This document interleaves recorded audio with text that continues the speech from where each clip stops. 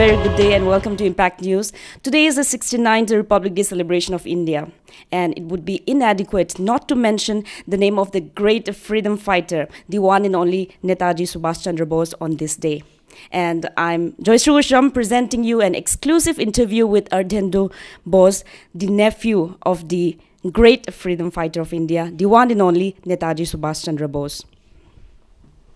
Mr. Bose, thank you so much for taking the time to be with us here today. My pleasure. It's lovely visiting Manipur and Imphal, and thank you very much. And I've been made very welcome and very warm reception here in Manipur, and thank you for all that.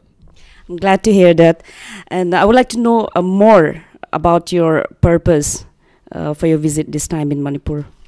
Well, as you know, that I've never visited Manipur, and I never visited Imphal or Moirang before. So I thought I should visit these two places, particularly because the INA were very much here, and they fought some valiant battles, and but sadly 26,000 of the INA soldiers perished in the battles here. So I thought I should come and pay my homage to them, to their memory, and therefore I'm here.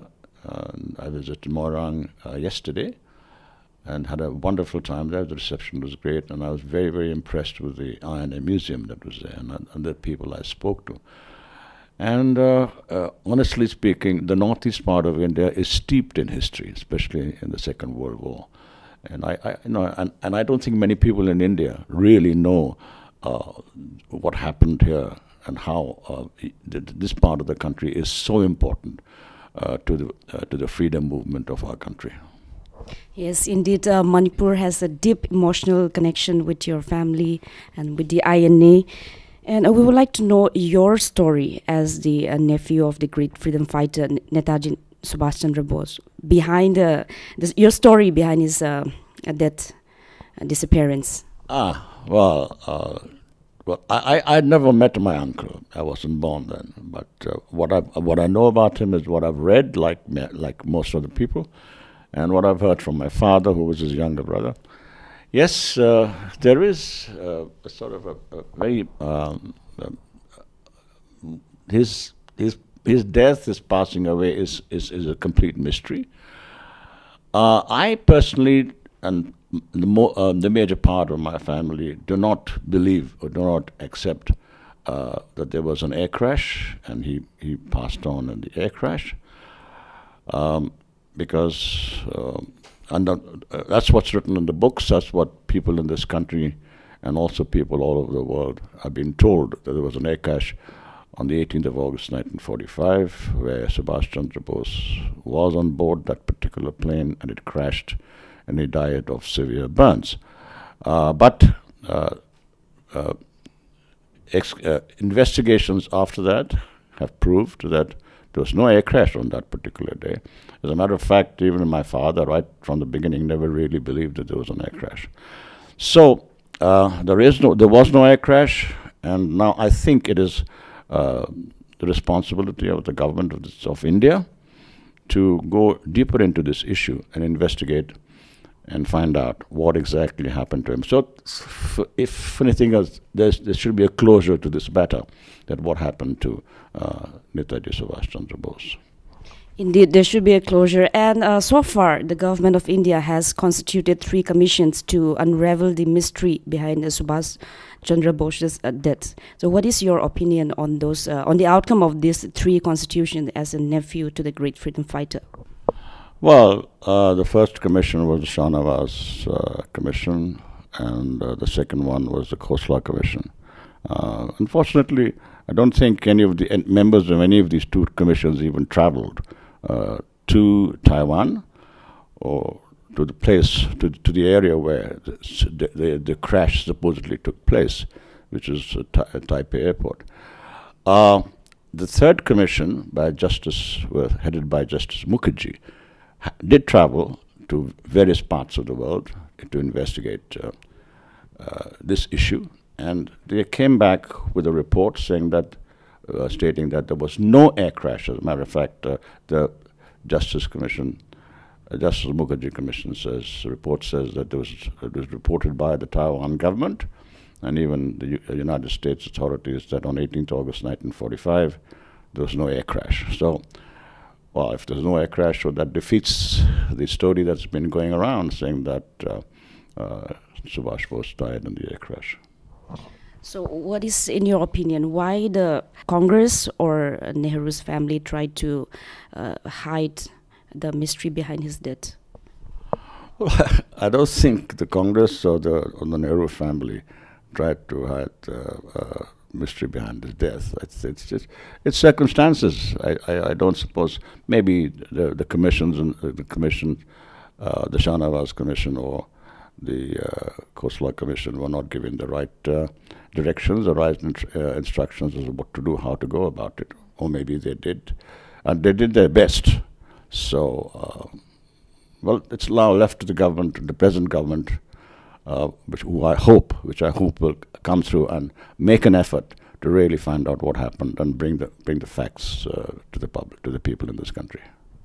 I've read one of your earlier interviews where you have mentioned that your family in Worli was always monitored and tapped by the government. So how was it living in that kind of environment those years?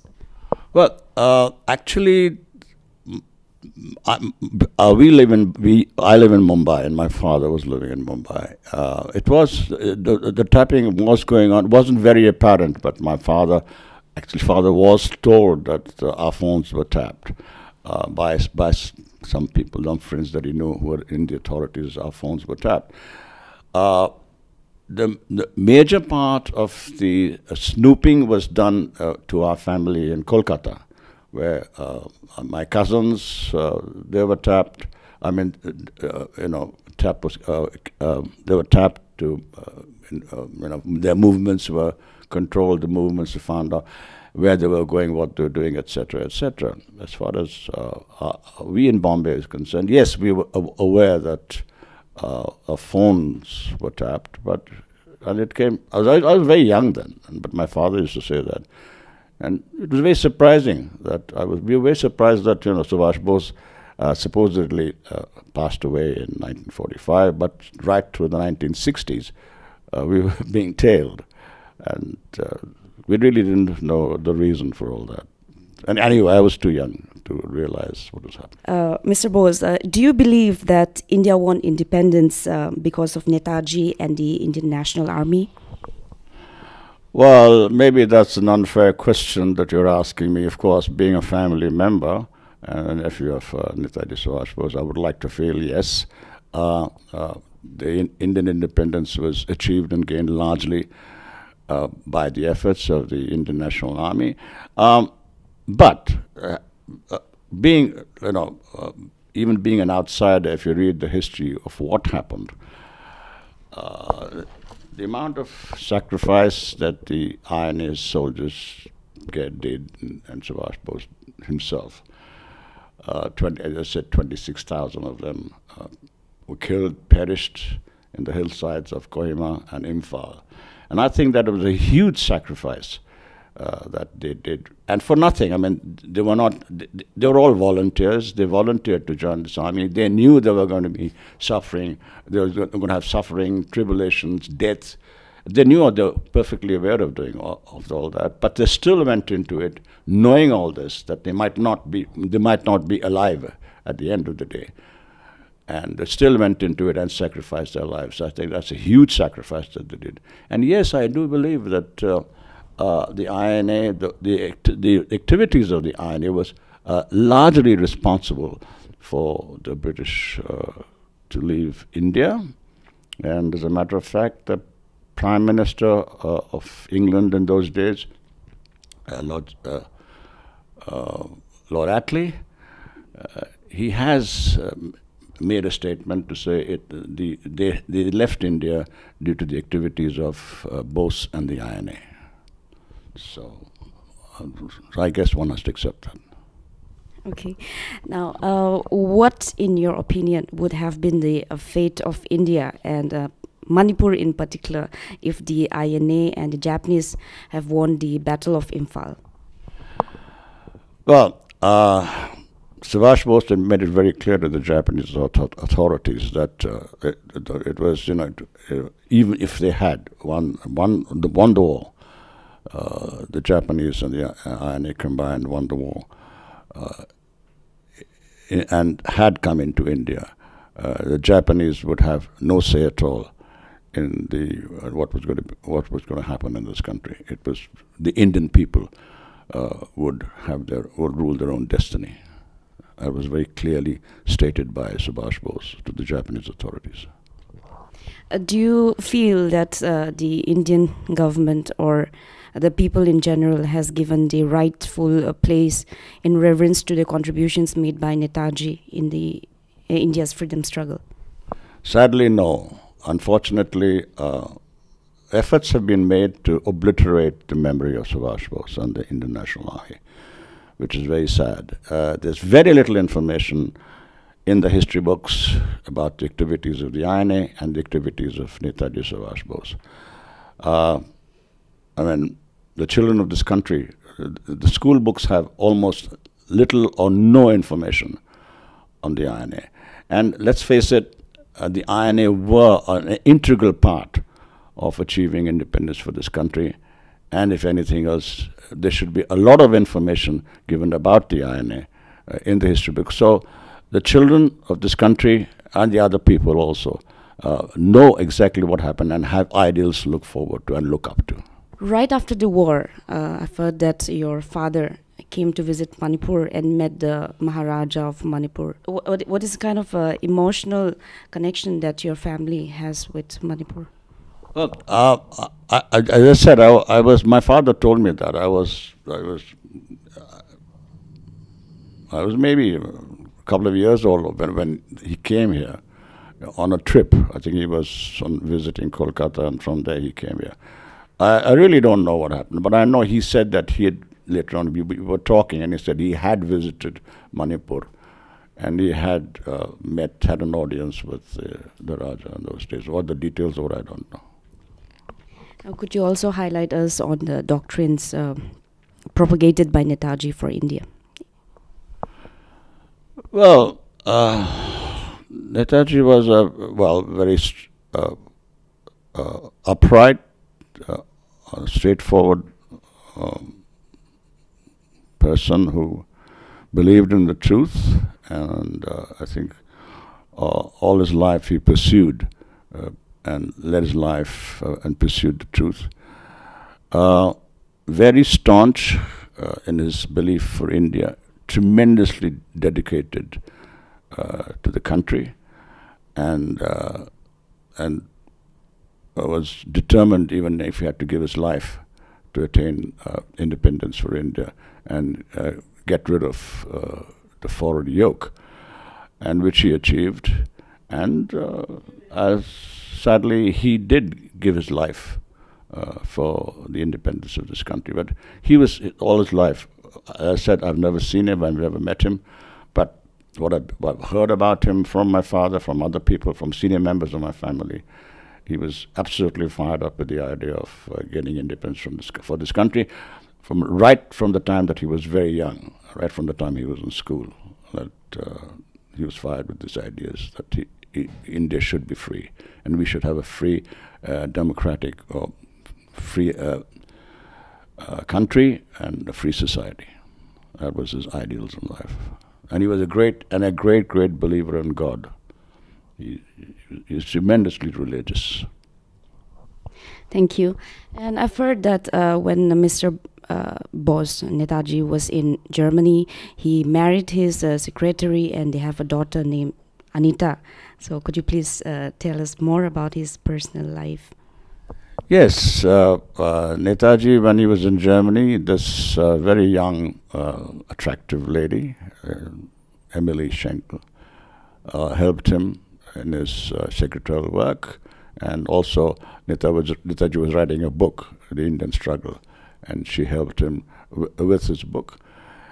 And as time went on, I guess they fell in love and got married. And yes, I have a wonderful cousin, and her name is Anita. She lives in Germany, and we are very close and very close to each other. And I think she's a wonderful person, and I hope she comes to India soon again. Now, Mr. Bose, as you have said before, like not much has been done in reverence for all his contributions. So what would you like to do more, or what would you like to the country to do more for him, so that he will have his rightful place in the history of Indian freedom struggle? Well, we have, as a family, we have appealed to our Prime Minister, Mr. Modi, to go into this issue, and requested him to try his best to bring out all the facts, to get, the lots of classified files about on Netaji. Now it's been over 70 years. They should be brought into the public domain. Not only India, there has to be information files, classified files about him in Russia, in the UK, in Japan, and Germany maybe. So we would request that the Indian government approach the governments in these countries and encourage them to release those files, which will then give us much more information as to what happened to Subhas Chandra Bose. And I think it's we as a family want a closure to the issue, but not only that, I think Subhas Chandra Bose should be given his rightful place in the history of this country. And only by bringing all the information out into the public domain about him, this can be achieved. Regarding the classified files, I've also heard that there were some allegations that Netaji was a friend of the enemy, or Japanese, Japanese enemy, and if Japanese or the INA had to win the war, and Japan would have conquered India. And then there's another allegation that, not allegation, but there's, if those files are declassified, it would rob Netaji's title. So what do you say on these controversies? I don't think that is true. As a matter of fact, as I mentioned earlier in the interview, I think Netaji made it very clear to the German authorities when he was there with Adolf Hitler, and thereafter to the Japanese, that he and his countrymen, that means Indians, would help them to come into this country. But once that was achieved, India would belong to the Indians and not to them. It was made very clear to them. And yes, about his attitude was, my enemy's enemy is my friend. So at that point of time, the war was going on. So he didn't really believe in the non-violence activities. So the war was going on, and he thought the only way you see, he said that independence is not given to you, it has to be earned, it has to be won. You have to fight for it. And he did not believe in the non-violence method of gaining independence. We had the British were ruling this country. They ruled this country by force, and so we have to counter force by force. That's what he believed in. So, and that is the reason why he went into this and forming this army, and went into battle. That's what he really believed. That's the way we could gain independence for this country. You cannot throw ruling power out just by asking them or requesting them to go. You have to force them out, and I believe that is the right way. And I've heard that Netaji left Indian National Congress due to some differences with Mahatma Gandhi. And he left the country, but still he had a great reverence and admiration for Mahatma Gandhi.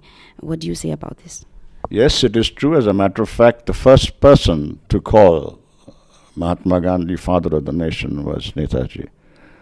When he broadcast from Singapore, when he was commencing his march towards India, he broadcast and called him father of the nation and sought his blessings. So the first person to call Mahatma Gandhi, father of the nation, was Subhas Chandra Bose. So yes, he had a tremendous amount of respect and deep respect for Mahatma Gandhi. Yes, he did in his second term as Congress president. There was some internal politics in the Congress at that point of time. There were differences, and it came to a stage when the working committee did not support him in his activities, so he found himself to be the president of an organization, the president of Congress, without a working committee. But I repeat that he had a tremendous amount of respect for Mahatma Gandhi and for whatever he did. He may not have accepted or gone or believed on the methods that Gandhiji was using towards gaining independence for this country. But that's a different issue. That's a personal opinion. But he had a lot of respect. I don't think he disrespected Mahatma at all. So basically, they were two different personalities pursuing the same goal, but in a different way. Absolutely. And with great admiration for each other. Yeah, absolutely. Mr. Bose, could you please tell us a little bit about your personal background? In what sense? About yourself, about your family, about what your profession, what you have been doing, what you are doing. I was born in Mumbai and educated in Mumbai and the UK. Spent quite a few years in the UK. By profession, I am a leather technologist, and I have a business, an export business in leather. And in between, as a hobby, I did do a bit of modeling, which when we met yesterday in your office, you happened to see one of my films. And I modeled for Bombay Dyeing. Yeah, sorry to interrupt you, but yes, you were known as the Bombay Dyeing man, late in the 70s and early 80s. So, okay, what in your opinions are the qualities of a gentleman? Qualities of a gentleman? Yes. Well, a gentleman's got to be upright and honest and forthright. And I think that's the qualities of being a perfect gentleman. You know, to be honest with you, I'm not very fashion-minded myself, and a lot of people tell me I'm very shabbily dressed most of the time. So I'm very casual about what I wear. Yeah, people in those days saw me wearing the Bombay Dyeing suits and dressed up, etc. But believe you me, it wasn't me. I didn't design those suits. They were given to me. I was told to wear them and stand before the camera. So, but as far as I'm concerned, I'm a person that was very casual clothes, and I think that's important. But of course, other people might differ with me. But I'm a very casual dresser. So basically, you should wear something you're comfortable with. Come across that you were a martial art expert as well. Well, I'm not an expert. Yes, I did indulge in martial arts and training, weight training. Even now, I do a lot of weight training and exercising. Yeah. Is there anything else would you like to convey to the people of Manipur, Mr. Bose? Well, I just want to say that I had a lovely time. I've been here for 2 days, and I found it's a lovely countryside. It's a lovely country, and the nice, great, warm people like you. I've met you for the first time, and you've extended your hospitality to me, which is wonderful. You're very warm people, very friendly people, and I look forward to coming back to Manipur again. Thank you so much, Mr. Bose, for taking the time to be with us, and we expect you to come and visit us again in future. Ngasigi di Impact News na yam exclusive oina Netaji Subhas Chandra Bose ARDHENDU BOSE ka unajaduna wari sanabagi program asi matang aswai loisalakle mathangi exclusive interview da atopa anoba personality ama pujarduna lake haijaraga ngasigi di interview asi matang aswai loisanjarage. Thank you.